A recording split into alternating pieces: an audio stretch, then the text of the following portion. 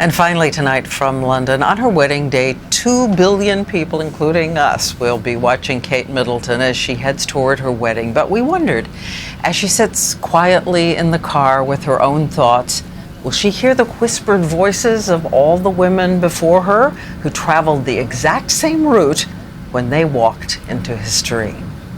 A bride with her heart pounding, traveling through an echo chamber of the royal brides before.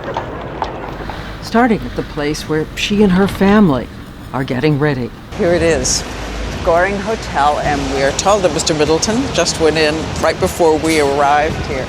It is a hotel so identified with the Queen Mother. You may think of her most as the wife in that movie who persuaded her husband to get help with his stammer. And down comes Her Royal Highness. All right, Bertie. It's actually quite good fun. We know the bride is going to be arriving in a car, breaking with tradition on the carriage. So I'm going to take her route in my own slightly less elegant car. Within minutes after leaving her hotel, she'll pass by the place where Diana once also set out on this journey. Lady Diana Spencer. A veil covering her face. A few minutes after that, the crossroads where once her groom walked behind a casket and his brother left a note for Mummy.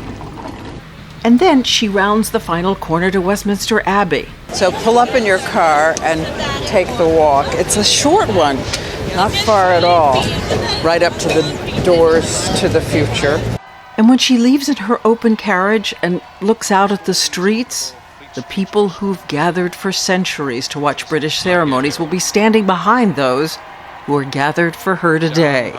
And up ahead, Buckingham Palace, where Queen Elizabeth II left for her coronation to begin her 60-year reign. And right there is the balcony. It's fairly low. We think of it as very high, but it's fairly low. So you see people stretched down, but not so far beneath you.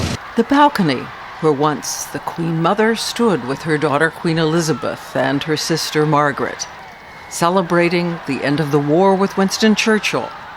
And a half-century later, you had standing on the balcony the same 3 women as who were there in 1945, and Kate will be part of that history now.